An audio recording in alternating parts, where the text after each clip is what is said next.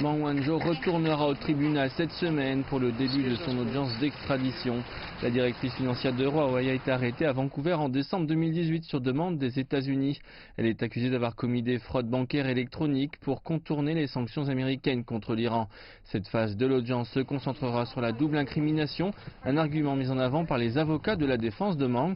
Selon eux, Meng ne doit pas être extradé car ses actions ne sont pas considérées comme des crimes selon la loi canadienne. Gary Botting est avocat d'extradition et il a fait partie de l'équipe de défense de Meng.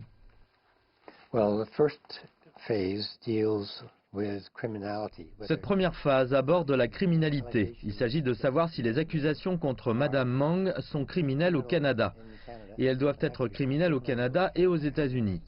Ce dont on l'accuse a eu dans un pays étranger et nous n'avons pas la juridiction au Canada pour poursuivre cela et donc il est assez clair qu'il n'y a pas d'incrimination au Canada. Un analyste indique que cette prochaine phase est critique. Dans une certaine mesure, c'est une partie cruciale de toute l'histoire, car tout dépend de la double incrimination.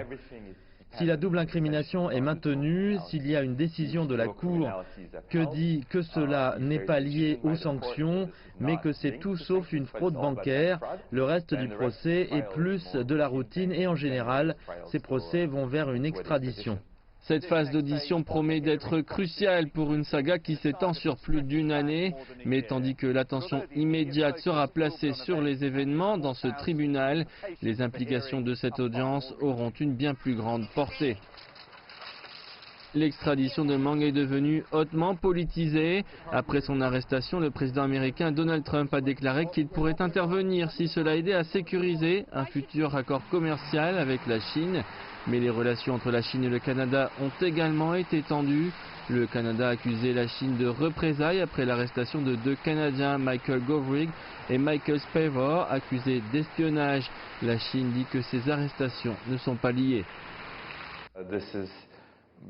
C'est le pire moment des relations sino-canadiennes depuis 1970, depuis la reprise et l'ouverture ou la reprise des relations diplomatiques. Les deux côtés ont une grande frustration et de la colère, et le résultat de cela est le gel des relations. Et quand cette audition commencera, il y aura bien plus qui entrera en jeu.